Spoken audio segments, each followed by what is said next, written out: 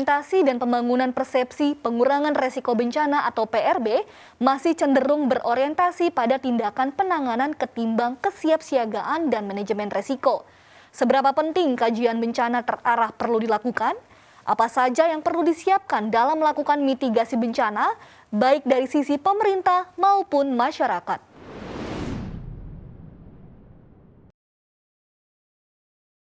Kita ambil contoh gempa lah. Gempa memang agak sulit kita prediksi dibandingkan bencana lainnya. Karena dia mendadak, apalagi gempa itu terjadi di malam hari. Nah, saya bilang tadi itu, kesiapsiagaan masyarakat perlu terus kita tanamkan.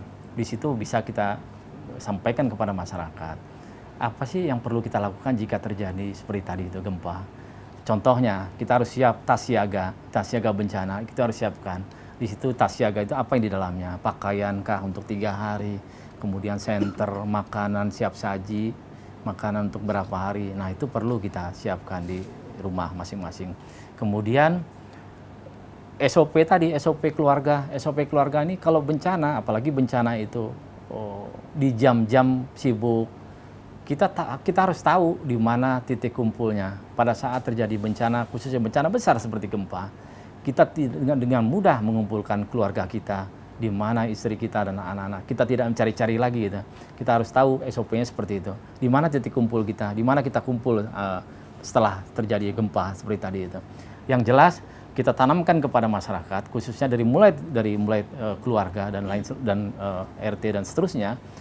Kita harus tahu jalur evakuasi. Bagaimana jalur evakuasi dari titik bencana? Kita harus lari kemana? Daerah ketinggian mana yang mau kita tuju? Baik secara vertikal ke daerah yang lebih jauh maupun ke daerah shelter-shelter yang sudah ada di beberapa provinsi di daerah-daerah rawan bencana, khususnya bencana gempa bumi.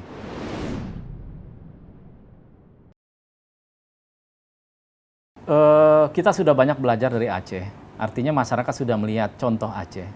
Pada saat gempa bumi berpotensi tsunami, memang di situ belum tahunya masyarakat di sana. Masyarakat pada saat terjadi gempa masih sibuk dengan kegiatan masing-masing, malah sempat mengumpulkan pada saat air surut mengumpulkan ikan-ikan yang ada di pantai. Nah, itulah saya yakin sekarang ini masyarakat tidak akan punya pemahaman seperti itu lagi karena sudah banyak diulang-ulang bentuk sosialisasinya pada masyarakat, baik itu melalui video, sosialisasi lainnya, bagaimana mengurangi risiko jika terjadi bencana terutama tsunami. Nah, terkait dengan daerah datar tadi itu, jika terjadi datar, masyarakat harus tahu di mana titik posisinya. Di 0 sampai 500 meter dari bibir pantai memang mereka harus evakuasi. Tapi kalau masyarakat tinggal di daerah 1 kilo dan 2 kilo ke depan, saya rasa tidak perlu jauh-jauh evakuasinya. Cukup melihat bangunan-bangunan yang tinggi. Baik itu bangunan gedung kantor atau pohon-pohon yang lebih tinggi bisa dipanjat. Tidak perlu lari ke daerah yang lebih tinggi. Saya pernah lihat dulu di beberapa daerah di daerah kita di Sumatera juga ada beberapa masyarakat yang masih lari sekian kilometer ke ini karena tidak pahamnya itu. Mereka berpikir setelah jauh sekian kilo 9 kilo air tidak sampai. Saya rasa tidak seperti itu. Apalagi kalau lihat titik pusat gempanya ada di mana. Kalau pusat gempanya jauh, saya yakin jangkauannya tidak sejauh itu kepada masyarakat.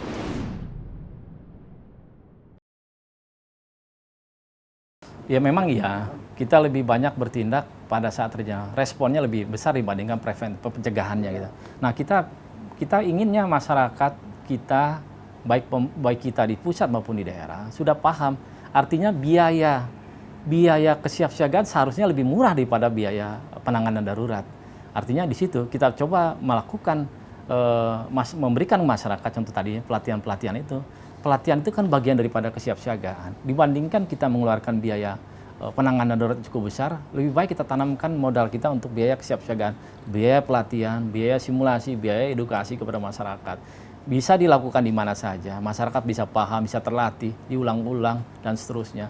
Karena konsep kesiapsiagaan lebih bagus daripada konsep penanganan bencana, gitu. Penanganan darurat menurut saya. Karena penanganan darurat artinya terlalu banyak biaya yang dilakukan. Sehingga saya rasa kalau dengan penanganan pelatihan kesiapsiagaan yang lebih baik akan mengurangi biaya penanganan darurat.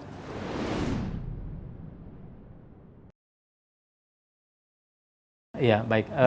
Beberapa waktu yang lalu, BNPB sudah melakukan bimbingan teknis dalam rangka penyusunan RIPB.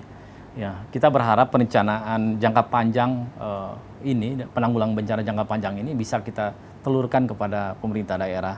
Mendorong pemerintah daerah untuk menekankan perencanaan yang berbasis pada pengelolaan risiko bencana. Pemerintah daerah dapat memanfaatkan sumber daya di tingkat lokal untuk lebih melihat secara detail potensi yang ada di wilayahnya.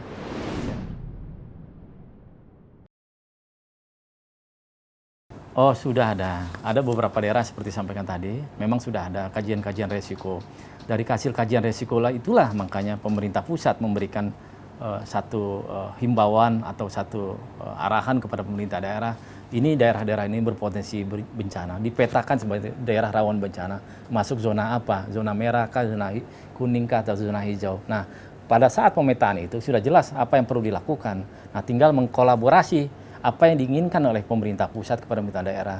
Seperti apa master plan yang sudah ada ini, seperti apa pemetaan yang sudah ada ini. Kita harapkan pemerintah daerah pun sama kepeduliannya kepada kita. Artinya pemerintah daerah sudah tahu bahwa hasil petanya seperti itu, kondisi di daerahnya, apa konsep mitigasinya akan dilakukan di daerah tersebut. Responnya memang ada sebagian yang ini, tapi saya rasa hampir semua pemerintah daerah pun sebenarnya konsepnya sama. Hanya mungkin seperti saya sampaikan tadi, kondisi anggaran masing-masing daerah kan membatasi itu. Jadi master plan sudah ada, pemetaan sudah ada, tinggal bagaimana melakukan hal-hal yang sudah diarahkan kepada pemerintah daerah. Ini loh daerah potensi rawan, ini loh sudah kita petakan. Nah, tinggal bagaimana mitigasinya, bagaimana cara pengurangan risikonya. Seperti tadi kan ada beberapa daerah sudah dipetakan, daerah-daerah ini rawan akan terjadi banjir bandang. Sudah kita pantau melalui pantauan udara. Nah, di situ harus dilakukan bagaimana proses mitigasinya, proses kesiapsiagaannya masyarakat di sekitar sana. Siap nggak jika terjadi bencana, terutama bencana banjir berpotensi longsor dan lain sebagainya yang akan membawa material sampai ke masyarakat.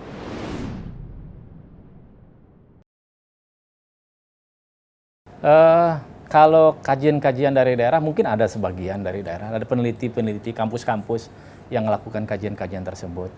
Hanya dulu juga pernah ada kajian-kajian daerah yang sama-sama kita diskusikan di sini. Ya kita sama-sama pahami bahwa masing-masing ada kelebihan dan kekurangannya. Keinginan daerah untuk membangun daerahnya pun ada. Makanya mereka melalui penelitian-penelitian di daerah selalu melibatkan kita juga, selalu mengajak kita untuk berdiskusi bagaimana cara penanganannya.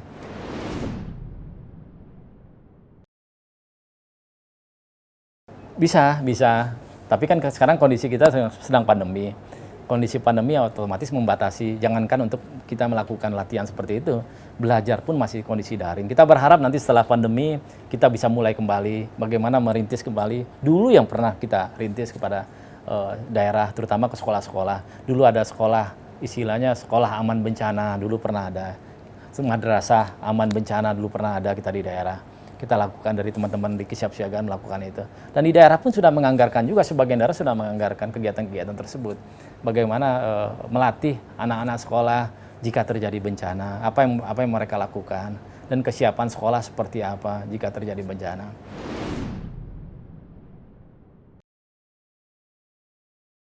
Yang sekarang terjadi memang dengan keterbatasan, artinya mitigasi yang kita lakukan tidak hanya sebatas mitigasi infrastruktur saja, bangunan saja, tapi termasuk mitigasi bagaimana merubah mindset perilaku masyarakat tersebut yang tadinya tidak mengerti menjadi mengerti. Nah, kalau membangun udah pasti arahnya ke biaya artinya biaya pengeluarannya cukup besar sekali dibandingkan kita merubah perilaku daripada masyarakat tersebut gitu.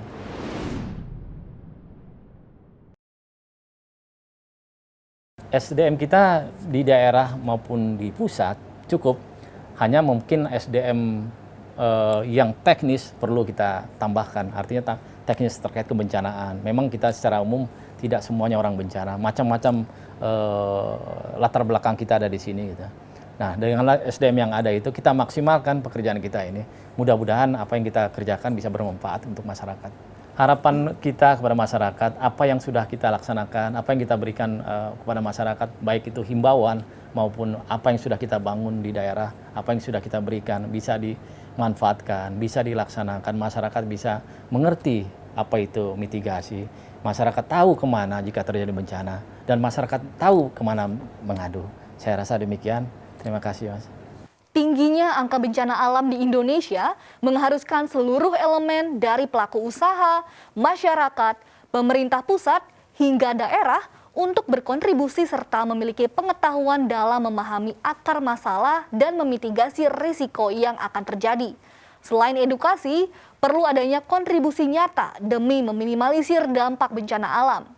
Salah satunya dengan membuat kajian bencana terarah atau disaster intelligence yang dilakukan dengan mempertimbangkan pemantauan real-time, pengembangan skenario terburuk, kesiapsiagaan sistem peringatan dini, latihan darurat dan kebencanaan, cadangan logistik dan persediaan darurat, evakuasi, dan jaring pengaman sosial. Kita seringkali lupa perumpamaan bahwa mencegah itu lebih baik daripada mengobati. Untuk itu, mari bersama berkomitmen untuk terus melakukan edukasi dan berkontribusi dalam memitigasi resiko bencana alam di Indonesia sebagai upaya pencegahan dan meminimalisir dampak atas bencana alam yang seringkali dirasakan masyarakat.